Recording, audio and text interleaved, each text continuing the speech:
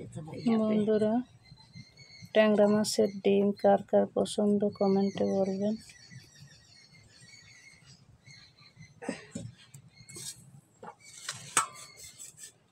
ট্যাংরা মাছ ধুয়ে কুটে পরিষ্কার করে নিয়েছি। নুন, হলুদ, মরিচের গুঁড়ো, দিয়ে দেব পেঁয়াজ। এখন ভালো করে মেখে নেব।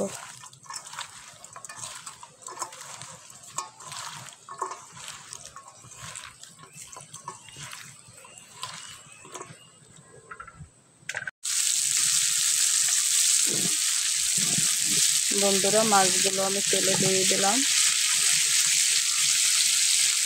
এখন আমি এর ভিতরে দিয়ে দেবো পেঁয়াজ, রসুন, মরিচ, লবণ, হলুদ দিয়ে মেখে রেখেছিলাম, এগুলো দিয়ে দেবো।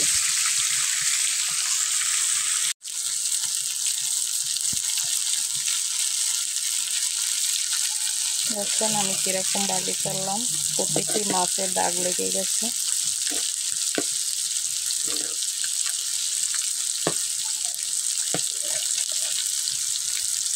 সবগুলো মাছ এক এক করে এভাবে উল্টিয়ে দেবো।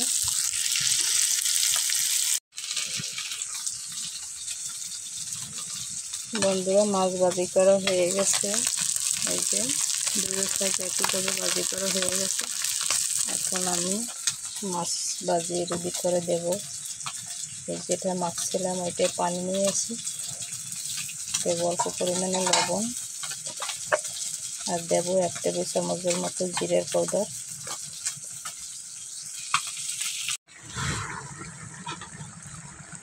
বন্ধুরা, দেখুন তো কালারটা কত সুন্দর আসছে। আমি জল দেওয়ার পরে ডিমগুলো ছেড়ে দিয়েছি মাছের ভিতরে। কত সুন্দর একটা কালার আসছে। আমার মতো এভাবে আপনারা রান্না করে খেয়ে দেখবেন, খুবই ভালো লাগে খেতে।